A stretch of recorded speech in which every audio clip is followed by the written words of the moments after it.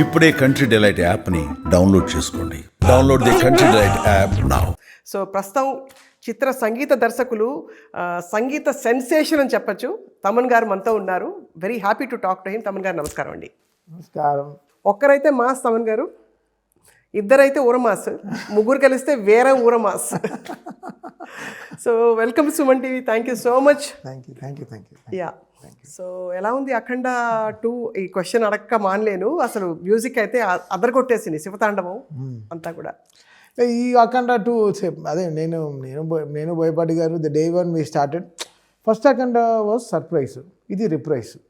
So దీన్ని ఎలా మళ్ళీ దానికి ఈక్వల్గా మ్యాచబుల్గా ఎలా తీసుకెళ్ళాలి, ఓకే, బికాజ్ అఖండ అనేది ఒక సిరీస్ అయిపోయింది కాబట్టి.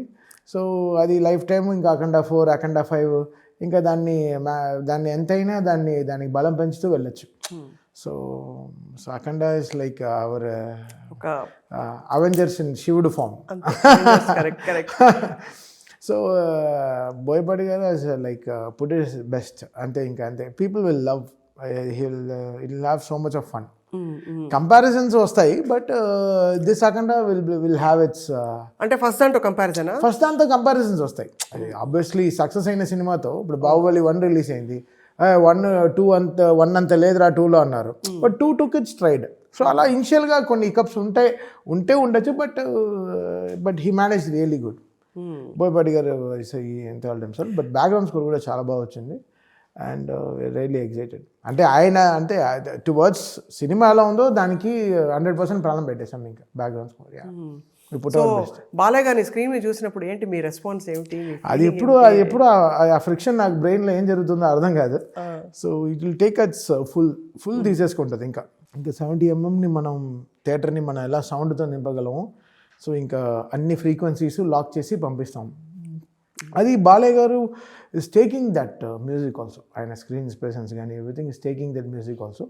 అండ్ ఎక్కడో మా ఇద్దరికి ఆ సౌండ్ సింక్ అనేది బాగా జరిగింది. Maybe my experience of working with so many films with Balayya గారు, అండ్ దట్ ఒక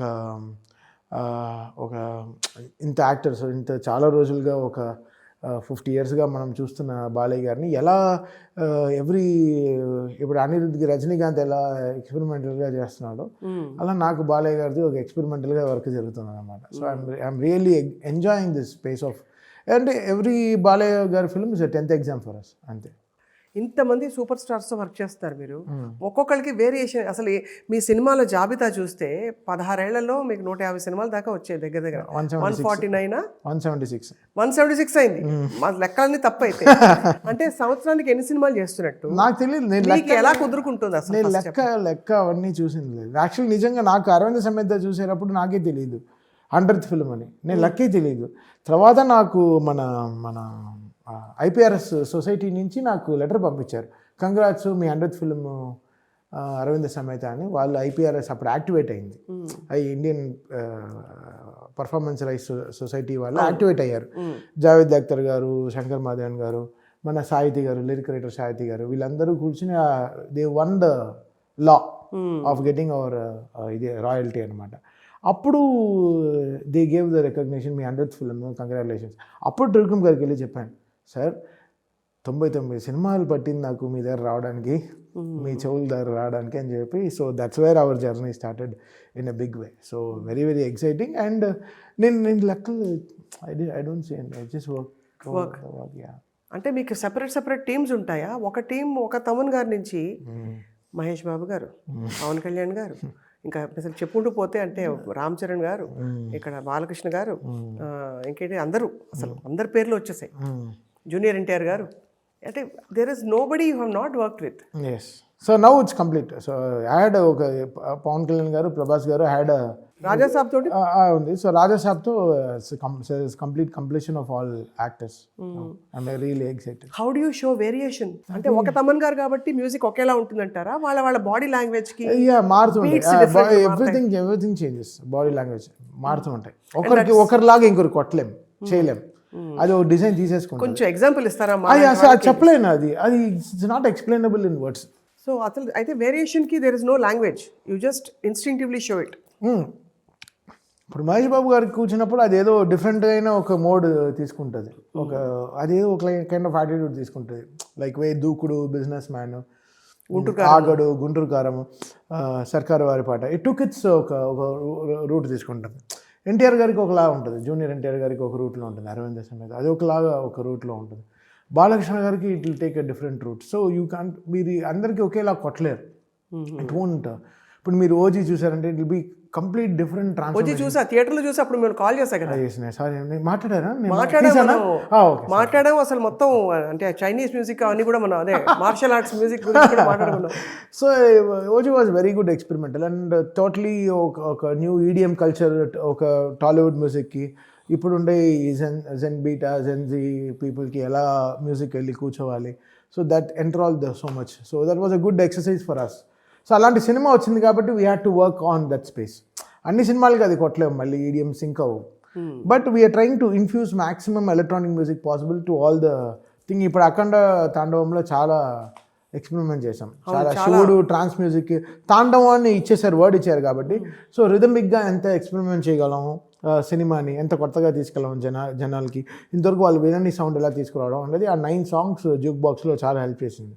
అది అందరూ బాలయ్య గారు, బోయపాటి గారు అందరూ షాకు, ఇన్ని పాటలు లేవే సినిమాలో అన్నారు. నేను ఆడియో ఫంక్షన్ పెట్టమని అడిగాను, ఎవరు అన్ని పాటలు ఎవరు వినలే. ఆడియో ఫంక్షన్ పెట్టమని అడిగాను. ఫంక్షన్ ఎన్ని పాటలు, 2-3 పాటలు కదా పాడతారా, 2 పాటలు కదా అన్నారు. లేదండి 9 పాటలు ఉన్నాను. ఆ పాడిన తర్వాతే అర్థమైంది అందరికీ, ఇంత మ్యూజికల్గా ఇంత ఉంది ఆ సినిమాలో. సో సినిమా చూస్తూ చేసిన పాటలు, టైటిల్గా ఒక పాట, అఖండ తాండవం ఒక పాట, అఖండ హైందవం ఒక పాట, దాని తర్వాత జాజికాయ, దాని తర్వాత అఖండ మన శంకర్ మహాదేవన్ గారు, కైలాష్ గారు పాడిన ఆల్రెడీ ఆ సాంగ్ రిలీజ్ అయిపోయింది. వీళ్ళు పాడారు, సర్వేపల్లి సిస్టర్స్ పాడారు.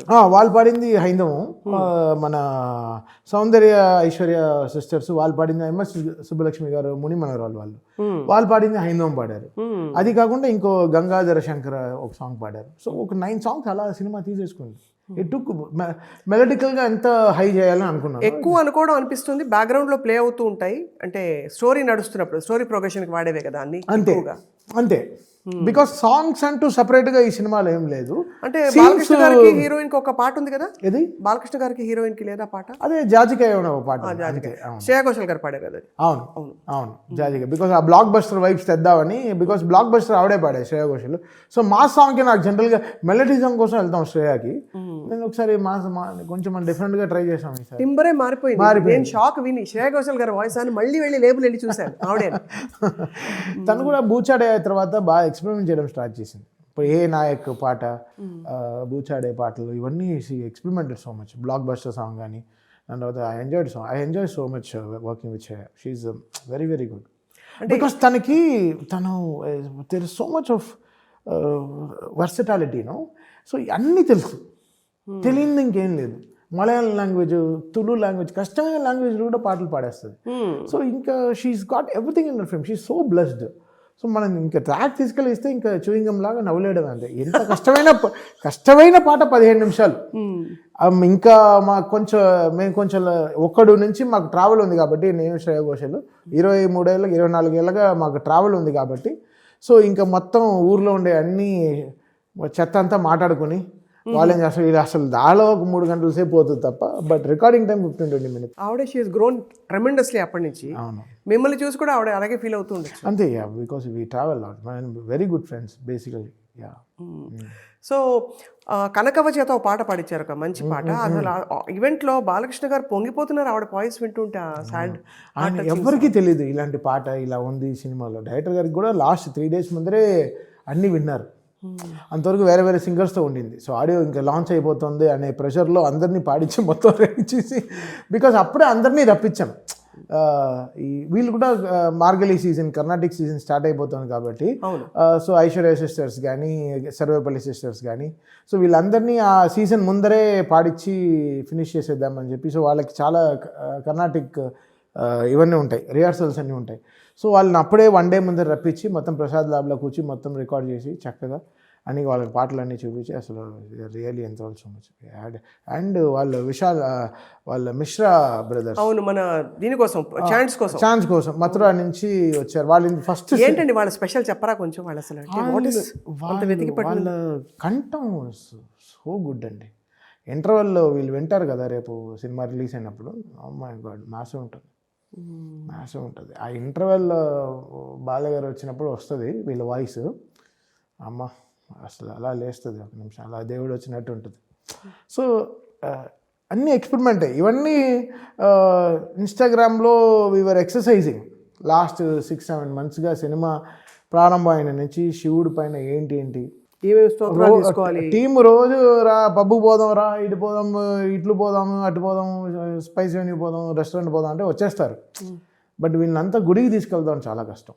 సో అఖండ అనేది ఒక టెంపుల్.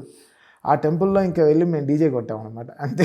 టెంపుల్కి వెళ్ళి డీజే కొట్టి, అసలు శివుడికి డీజే ఇష్టమే కదా, సౌండ్ తాండవం అంటే ఇంకా అంతే కదా. తాండవం పెట్టిన వల్ల ఇంకా we explored so much with the rhythms. మళ్ళీ చరణ్ గారిని ఒక పాట పాడించి సో టోటల్గా చరణ్ గారు పాడారు ఇందులో, చరణ్ గారు పాడారు, హరహర అని ఒక పాట పాడారు. అది అసలు ఇప్పుడు రీల్స్లో అవే బాగా తిరుగుతుంది, ఆ పాటే బాగా తిరుగుతుంది. అది నువ్వు హైందవం అంటే ఇంకా అన్ని ఎవ్రీథింగ్ దే టుక్ అప్. ఇక్కడ ఏమైందంటే రీల్స్లో బాలకృష్ణ గారు కనిపించే ఏ రీల్ అయినా ముందు బాలకృష్ణ గారు కనిపిస్తారు, ఆయనే వినిపిస్తారు.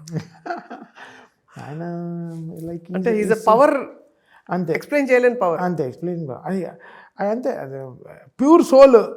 హెడ్లో ఏం ఉండదు, మనసులో ఏం పెట్టుకోరు. సో అప్పుడప్పుడే వచ్చింది డైలాగ్, అప్పుడప్పుడే ఫ్రీ ఫ్లో వెళ్ళిపోతుంది, ఇంకా ఏం లోడ్ పెట్టుకోరు.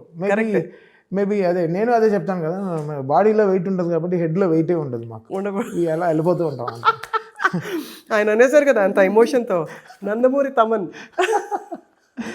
అది సినిమాకండి, ఆ సినిమా అప్పుడు అది ఉంటుంది.